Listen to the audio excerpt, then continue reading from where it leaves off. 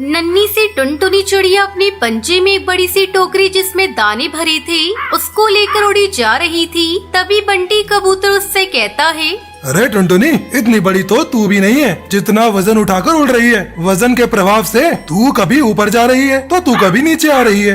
भैया मैं क्या करूं? मेरी माँ ने मुझे कहा था कि ये टोकरी घोंसले तक पहुँचा कर आनी है, तो मैं इसे रख कर आ रही हूँ। तेरी माँ टूनी चिड़िया को ये दिखाई नहीं देता कि तू नन्ही सी जान है और तुझसे इतना भारी काम करा रही है। क्या उसे तुझ पर तरस नहीं आता? तेरे पिता कहाँ हैं? पिताजी किसी काम से बाहर गए हैं, कल शाम तक आएंगे। और भैया मैं पिताजी की वजह से ही अपनी सौतेली माँ टोनी के साथ रह रही हूँ, वरना मुझे वो बिल्कुल भी पसंद नहीं है। चल ठीक है टुनटुनी, तू घर जा, मैं तेरी माँ से बात करता हूँ। अरे टूनी, तुझे अपनी बेटी पर तरस नहीं आता क्या? वो सौतेली है तो क्या हुआ, है तो बच्ची। तब तक आप लोग कमेंट पे बताएं 53 + 25 कितने होते हैं। देख बंटी, तू हमारे परिवार के बीच में मत आ। ये हमारे परिवार का मामला है। मैं जैसा चाहूंगी वैसा करूंगी। और तुम क्या चाहते हो कि मैं अपनी बेटी को बना दूं? वो मेहनत नहीं करेगी तो उसे काम करने की आदत कैसे पड़ेगी? अरे लेकिन काम कराने का ये मतलब भी तो नहीं है कि तुम किसी की जान ही निकाल लो। बंटी भैया, मैंने तुम्हारी सलाह नहीं मांगी है, तुम यहाँ से जा सकते हो। फिर अगले दिन टुनटुनी चिड़िया बंटी कबूतर के घर के बाहर से उड़ती जा रही थी। अरे टुनटुनी, कहाँ जा रही है? तू सारा दिन इधर उधर उड़ती घूमती रहती है, क्या तू थकती नहीं है? अरे बंटी भैया, मुझे मम्मी ने कुछ काम कहा था तो वही करने जा रही हूँ। अरे तेरी माँ तो तुझे काम ही बताती रहती है, उसे तो तुझ पर तरस आता ही नहीं है। अरे वो देख, तेरा पिता टुन्नू भी उड़ता हुआ आ रहा है। अरे भाई बंटी, क्या बात कर रहे हो टुनटुनी से? तुझे तो घर का कोई होश रहता ही नहीं है। क्या तू ये नहीं जानता कि तेरी पत्नी इस नन्ही सी जान पर कितना अत्याचार करती है? ये सुनकर टुन्नू की आंखों से आंसू गिरने लगते हैं। भाई बंटी, मुझे पता है मेरे घर में क्या चल रहा है, लेकिन टुनटुनी को एक माँ की जरूरत थी, इसलिए मैंने टूनी से शादी कर ली। अब मुझे क्या पता था कि वो टुनटुनी के साथ ऐसा बर्ताव करेगी। पहले तो वो बोलती थी कि वो इसे अपनी बेटी की तरह मानेगी, लेकिन अब वो बदल गई है। अब तू ही बता मैं क्या करूँ?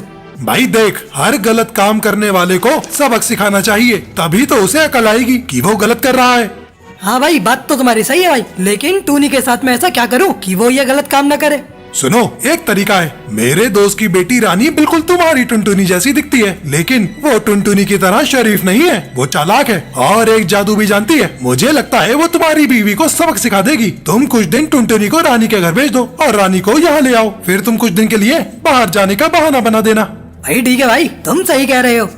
फिर टुनटुनी रानी की जगह आ जाती है और रानी टुनटुनी की जगह चली जाती है। अगली सुबह, टुनटुनी तू अभी तक खड़ी है, ये दाना लेकर धूप में सुखा कर आ, वरना ये खराब हो जाएगा। मैं क्यों जाऊँ? माँ का काम होता है दानों घर का काम करना, खुद जाओ करो।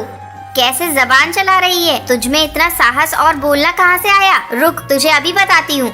टूनी एक छड़ी लेकर आती है और कहती है, टुनटुनी चुपचाप जाकर काम कर ले, वरना मैं तेरा क्या हाल करूँगी तू तो जानती है। रानी चिड़िया छड़ी को रस्सी बना देती है और टूनी को उसमें बांध देती है। फिर टूनी से कहती है, अब तुम यहाँ पर बंदी रहोगी, मैं तुम्हें खाना भी नहीं दूंगी। कुछ घंटों बाद, बेटी मुझे थोड़ा सा खाना तो दे दे, मुझसे चला भी नहीं जा रहा।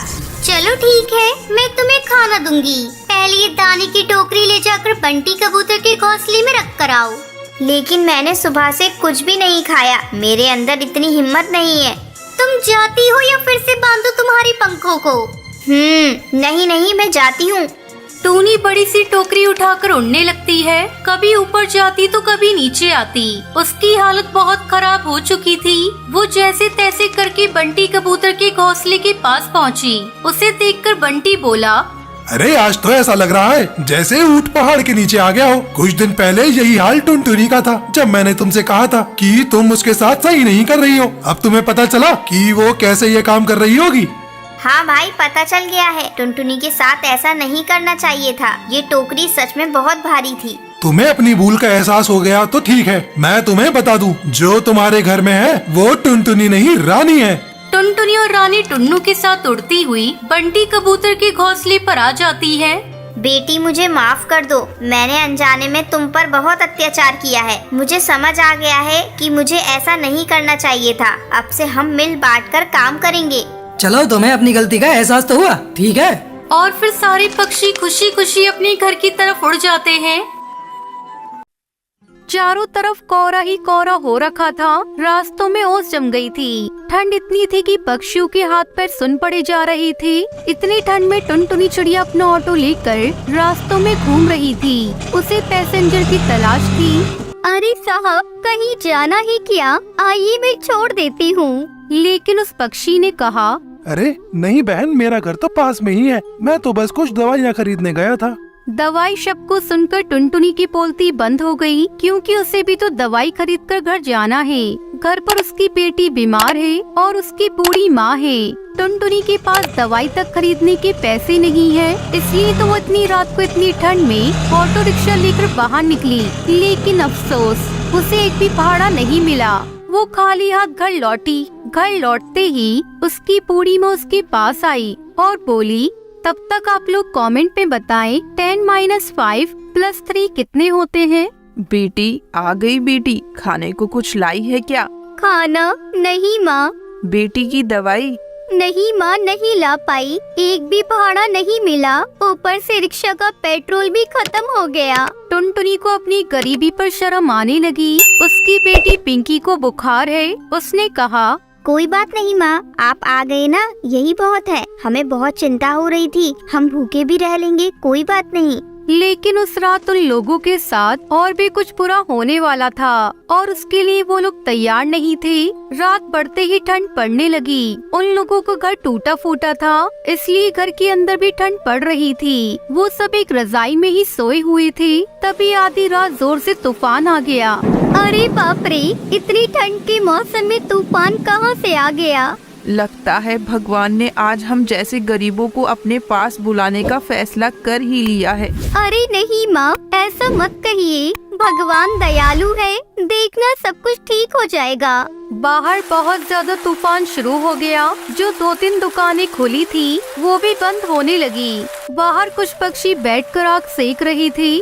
अरे ये क्या, इतना भयानक तूफान, सारे पेड़ जोर जोर से हिल रहे हैं, भागो भागो। तभी पक्षी इधर उधर भागने लगी। टुनटुनी चिड़िया अपने परिवार के साथ अपने घर के अंदर डरी सी सहमी हुई बैठी रही और तभी एक दुर्घटना घट गई। उन लोगों का घर जिस बड़े से पेड़ पर था, वो तूफान में पेड़ अचानक से गिर गया और उनका घर टूट गया। अरे बाप रे, ये क्या है? भगवान ये किस बात की सजा दे रहे हैं आप हमें? आखिर कौन सी गलती की है?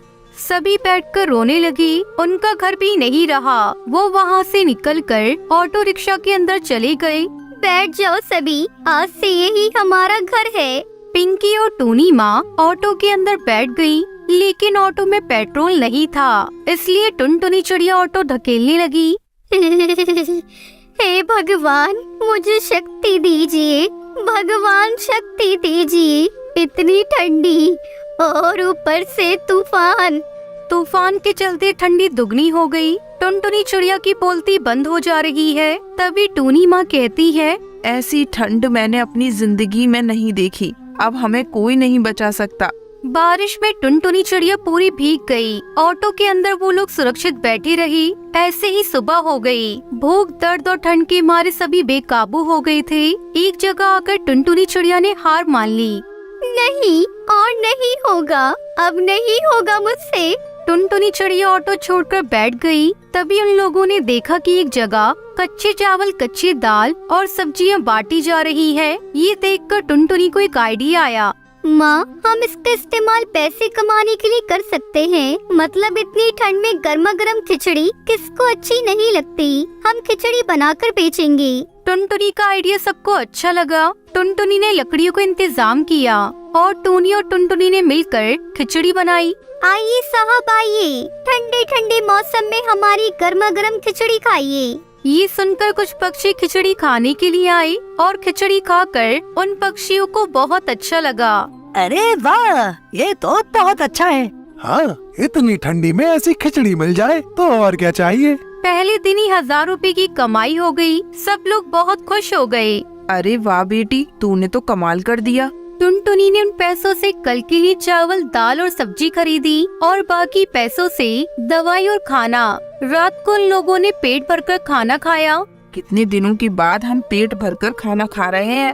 मत रो माँ मत रो, मुश्किल दिन गए, अब हम हर रोज पेट भर कर खाएंगे। खाना खाकर वो सब ऑटो के अंदर ही सो गई। अगले दिन फिर से खिचड़ी बनाई गई और आज भी ज्यादा पक्षियों ने खिचड़ी खाई। ऐसे ही हर रोज खिचड़ी बिकती रही और उन लोगों के पास पैसे आते रहे। उन्हीं पैसों से टुनटुनी चिड़िया ने एक बड़ा लकड़ी का घर बनवा लिया और टुनटुनी अब से ऑटो लेकर पूरे जंगल में खिचड़ी बेचती रही। अरे वो देखो, ऑटो खिचड़ी वाली आ गई, चलो चलो। हाँ चलो चलो भाइयों, ठंड में स्वादिष्ट खिचड़ी खाने का मजा ही कुछ और है। ऐसे ही वो लोग अमीर हो गए और अब उन लोगों को ठंड से कोई फर्क नहीं पड़ता।